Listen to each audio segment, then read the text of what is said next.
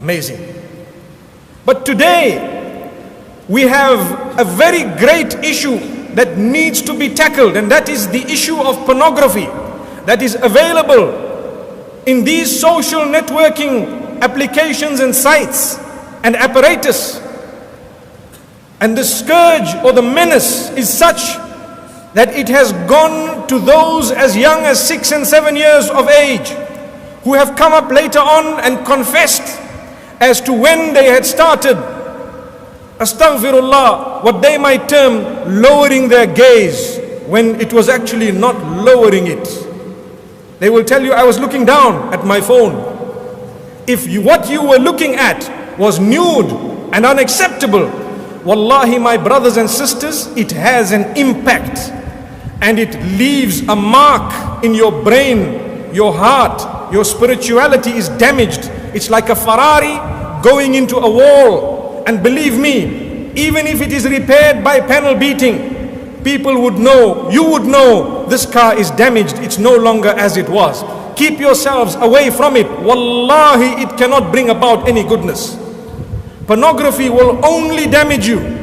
It will only make you do the absurd. It will make you a person who has low morals and who thinks everyone else has low morals as well.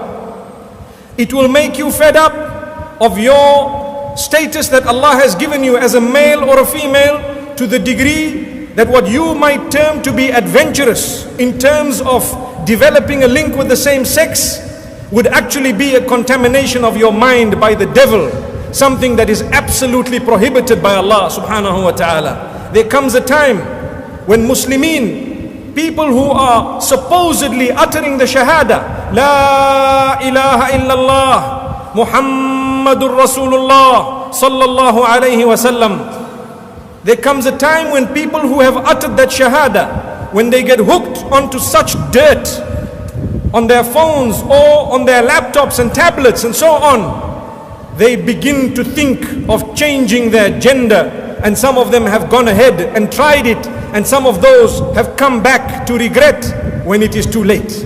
This is why it's an open matter. If you watch the Western world, they get fed up.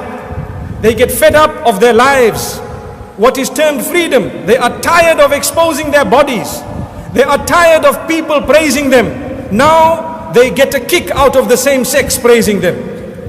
Then they get tired of that, and they don't know what to do, so they begin to tattoo their bodies. All this has become so pressurizing through these social networks because people are talking about it, people are encouraging it, yet nobody is going to those who have regretted and perhaps created a club of those who have done regretful items in their lives. Perhaps create a forum of those who have regretted the tattoos that they have placed on their bodies. Some of them are irreversible. So they start off thereafter by tattooing their bodies. This also is prohibited in the Sharia.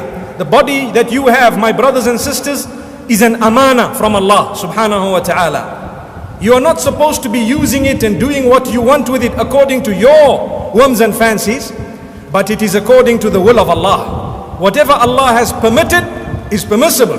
Whatever He has prohibited is definitely something you should be staying away from. So after they tattoo, they get fed up of that, because now they realize sometimes their whole bodies are full of tattoos. And I'm sure you may have heard of this, or you may have come across adverts in the papers, or you may have seen sometimes little clips of people who have tattooed from the top to the bottom. And thereafter they regret too late. So now what do? They say, I'm a male, I'd like to be a female. How did this happen? Because people are fed up of their lives. They don't know why they are living. Whereas Allah says, وَمَا خَلَقْتُ الْجِنَّ وَالْإِنسَ إِلَّا لِيَعْبُدُونَ. I have not created mankind or jinkind except that they worship me. Which means except that they do that which I have ordained, that which is not prohibited, that which is in order to please me, that which has within it the consciousness of myself, Allah says. So what is your aim in life? Brothers and sisters, my aim is to prepare for the day I meet with Allah. That's my aim. Everything I do in my life, I need to ask myself, will this help me the day I meet with Allah? If it is not going to help you, ask Allah's forgiveness. Ya Allah, forgive me. I have done so many bad things. The world loves me, but if you don't, I have lost. And if the world hates me, but you love me, I have gained. And there will not be an instance where Allah loves you and nobody else loves you, because Allah will send the love for you upon those who are pure and clean on the earth as well.